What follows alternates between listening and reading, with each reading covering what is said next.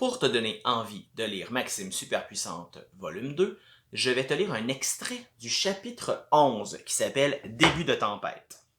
Bon, je te le lis pas au complet, puis j'ai choisi une scène qui te révèle pas trop d'éléments de l'intrigue, c'est juste pour te donner l'eau à la bouche. Mon père referme le couvercle du grill après y avoir déposé les pommes de terre farcies et entre dans la maison sans autre explication. Quand il revient, je suis réellement intrigué. Il tient une vieille boîte métallique que je n'ai jamais vue. Sur le couvercle, deux super puissants, des vedettes d'un dessin animé des années 1980, sont représentés. La peinture élimée laisse quand même voir que leur costume était peu discret, strié de couleurs criardes fluorescentes et de bandes argentées. Mon père s'assoit avec moi devant le barbecue. Il dépose son trésor sur la table. C'est la vieille boîte à lunch que j'avais à l'école primaire, dit-il. J'en étais très fier parce qu'on y voyait ma super puissante préférée, Lady Céleste. Elle pouvait disparaître en laissant derrière elle un rideau noir serti d'étoiles, comme le disait sa biographie officielle. Tu ne m'en as jamais parlé?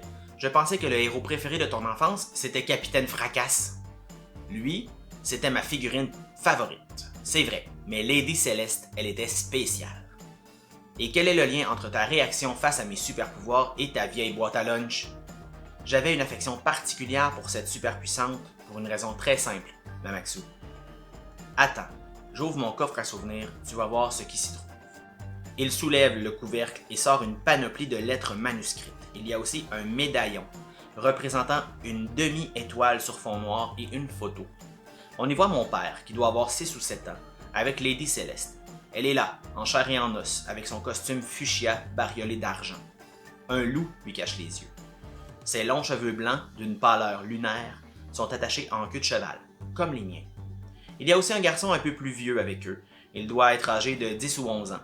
Il ressemble à mon père, mais ses cheveux sont blonds cendrés et une cicatrice barre sa joue gauche. C'est qui lui?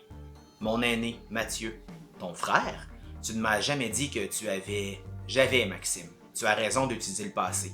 Il est mort quand il a eu 15 ans, au moment où ses super pouvoirs se sont manifestés. Il a les larmes aux yeux.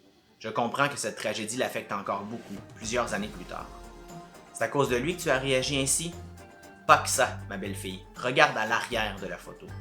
Je prends la photo avec précaution pour ne pas la briser. À en croire ses coins légèrement courbés et une petite déchirure sur le côté droit, elle a été manipulée des centaines de fois.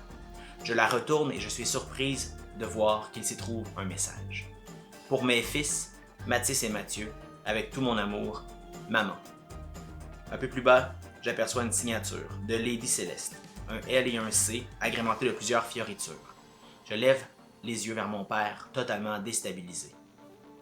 Tu veux dire que Lady Céleste était ta super puissante préférée parce qu'elle était ta mère? Si tu veux en savoir plus, il faut lire le livre.